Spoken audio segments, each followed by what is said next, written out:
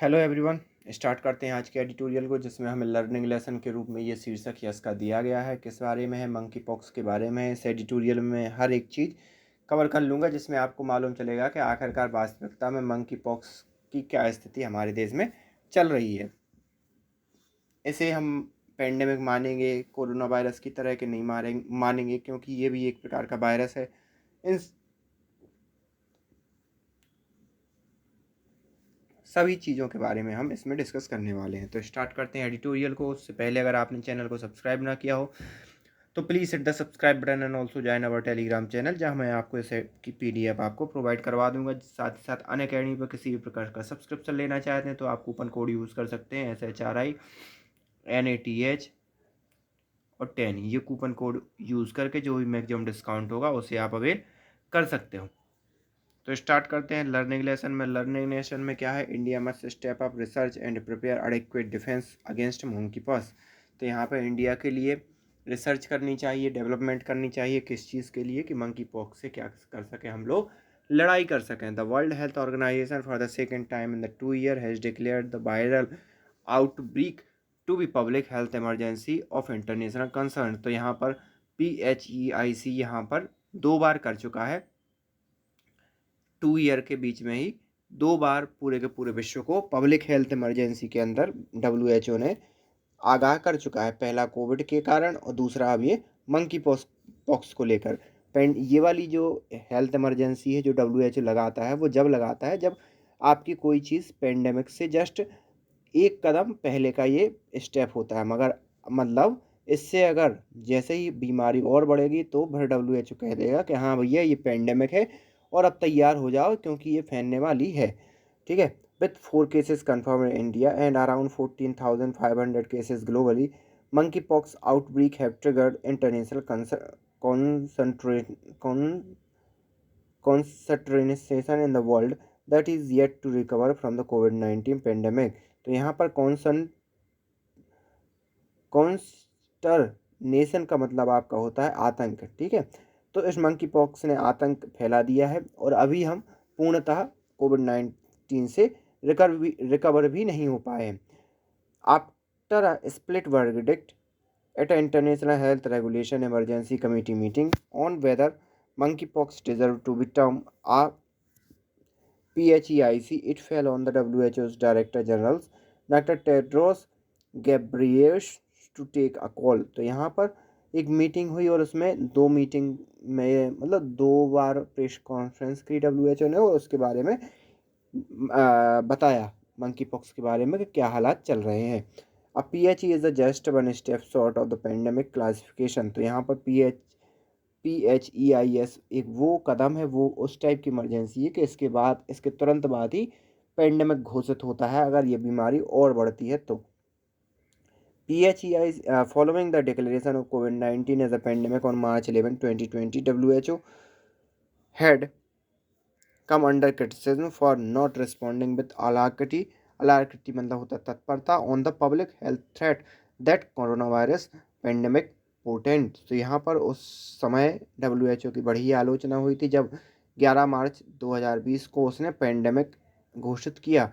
और उससे पहले WHO के किस बात के लिए आलोचना हुई थी? कि भाई इसने पहले से इन सब चीज़ों पर गौर नहीं रखा और उसके कारण ये बीमारी इतनी फैल गई। फिर कहा it had term COVID-19 crisis as a PHEIC on January 30, 2020 when global cases were around 7,500 or about half the level now reported for monkeypox। तो यहाँ पर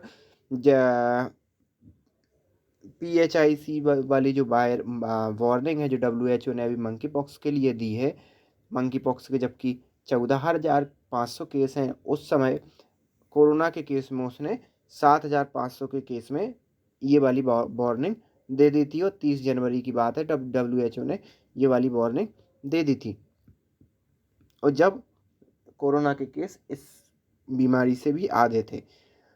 the following February was the pivotal month that compelled WHO to elevate threat level and push the world into the territory that it had not navigated since the 1918 influenza pandemic। तो यहाँ पर फरवरी का वो महीना था जिसमें WHO को बाध्य होना पड़ा कि भाई इस बीमारी का लेवल थोड़ा सा और इंक्रीज़ करना पड़ेगा और इसे अब पेंडेमिक घोषित करना ही पड़ेगा। और ये 1918 के जो इन्फ्लुएंजा पेंडेमिक था, उसके बाद ये पहली बार था कि कोविड-19 को इसी प्रकार से पेंडेमिक घोषित करना पड़ा। Though the monkeypox is caused by a virus that is endemic in a few African countries, the world took note only after it was first reported in the UK on May 6, 2020।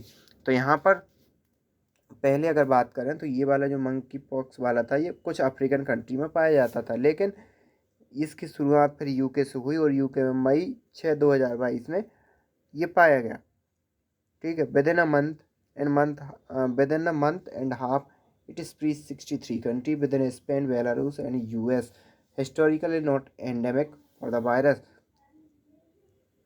beginning to the reported spike in cases। तो यहाँ पर पहली बार जो ये हुआ उसके 1.5 महीने के अंदर ये लगभग 63 कंट्री में फैल गया।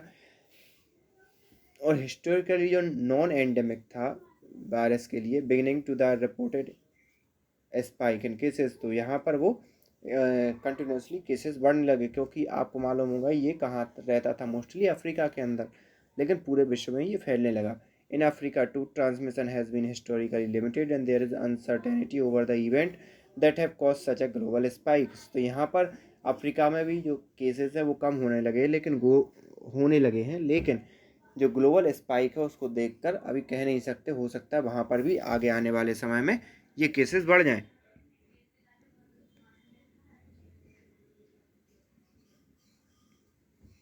Monkeypox for now has more visible manifestations such as the races and blister, and it's said to be overrepresented in a men who have sex with men। तो यहाँ पर मंकी पॉक्स में क्या है, चकते देखने को मिले हैं, जैसे हमें माता आने पर या चेचक हो जाने पर जो चकते देखने को मिलते हैं, उसी प्रकार के चकते देखने को सामने आ रहे हैं। और उन लोगों में इस चीज़ की ज़्यादा घातकता सिद्ध है जो लोग मैन टू मैन सेक्स करते हैं। ठीक है, it is believed to spread only through the close contact and is fatal only the extremely immunocompromised। तो यहाँ पर ये विश्वास किया जाता है कि ये सिर्फ और सिर्फ क्लोज कांटेक्ट के साथ ही फैलता है और उनके लिए ये घातक है जो कि इम्यूनो कम्प्रोमाइज्ड है, मतलब जिनकी जो इम्यूनिटी है बहुत ही कम है, जैसे किडनी का ऑपरेशन जिसने करवाया हो या किसी भी प्रकार का ऑपरेशन हो, तो वो लोग क्या होते हैं, इम्यूनो कम्प्रोमाइज होते हैं। तो ऐसे लोगों के लिए ज़्यादा खतरा है अभी के हिसाब से।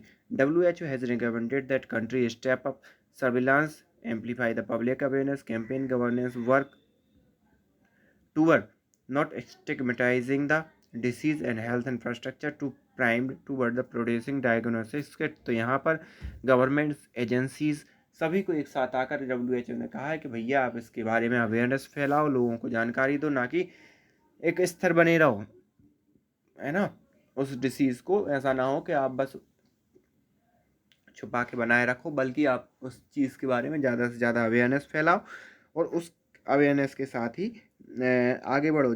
और साथ ही साथ ये भी कहा कि आपको जो हेल्थ इंफ्रास्ट्रक्चर उसको भी तैयार रखो, जैसे डायग्नोसिस किट हो गई, ये सब चीज़ें आपके यहाँ प्रचुर मात्रा में होनी चाहिए, जिससे क्या हो, हर एक व्यक्ति का आप आराम से इलाज कर पाओ, उसका टेस्ट कर पाओ। The experiment from the covid pandemic has shown government implemented measures to avoid the panic but are often opaque and bog with the information necessary to quell it। तो यहाँ पर कहीं ना कहीं गवर्नमेंट ने ये मेजर लिए किसी भी प्रकार का पैनिक ना हो, लेकिन थोड़ी सी पारदर्शिता और वो विद इंफॉर्मेशन नेसेसरी हो जाती है इन सब चीज़ों के लिए। While it is unclear how to monkey pox outbreak will play out in the month to come, the government must begin coordinate action will the state and accurately summarise the disseminate the extent of the threat. तो यहाँ पर ये अभी हम कह नहीं सकते कि आखिरकार ये पेंडेमिक आगे आने वाले समय में किस प्रकार से करवट लेगी, लेकिन गवर्नमेंट को तैयार रहना चाहिए कि इस पेंडेमिक को रोकने के लिए जितने भी प्रयास किए जा सकते हैं वो पहले से तैयार रहे। Until now monkey pox fail under the category to neglected tropical disease. अब लेकिन अभी तक अगर जो हुआ है तो वो देखा गया है कि जो मंकी पॉक्स है वो नेग्लेक्टेड ट्रॉपिकल डिसीज़ की कैटेगरी में आता है। Related to the eradicate small pox virus, monkey pox is suspected to have amplified due to the reduce immunity against the small pox. तो यहाँ पर जो स्मॉल पॉक्स कई जगह पर जो इरेडिकेट हो गया था मंकी पॉक्स के आने से, उसके आने की भी चीज़ें बढ़ गई हैं, क्योंकि क्या होता है कि जो इम्यूनिटी होती है स्मॉल पॉक्स से लड़ने के लिए, मंकी पॉक्स उस इम्यूनिटी को क्या कर देता है, ख़त्म कर देता है। और यही कारण है कि अब स्मॉल पॉक्स का भी कहीं ना कहीं आगे आने वाले समय में खतरा बढ़ जाएगा। Indian lab and biotech company must step up research and mine their arsenal to prepare adequate defence if it is need arises. तो यहाँ पर जो भी रिसर्च कंपनी है, डेवलपमेंट कंपनी है, जो भी फार्मेसी के क्षेत्र में काम करने वाली कंपनियां हैं, उनको तैयार रहना चाहिए कि अगर आने वाले समय में उनकी किसी भी उनकी रिसर्च का, उनके उपकरणों का किसी भी मायनों में अगर ज़रूरत पड़ती है तो वो तैयार रहें। तो ये पूरा का पूरा एडिटोरियल था। आई होप आपको ये एडिटोरियल पसंद आया होगा। तो thank you for this editorial. हाँ, और चैनल को सब्सक्राइब करना ना भूलें। और अनअकैडमी पर आप किसी भी प्रकार का सब्सक्रिप्शन लेते हैं तो आप कूपन कोड यूज़ कीजिए SHRINATH10। ये कूपन कोड यूज़ करके जो भी मैक्सिमम डिस्काउंट है वो आप अवेल कर सकते हो। तो thank you for this editorial.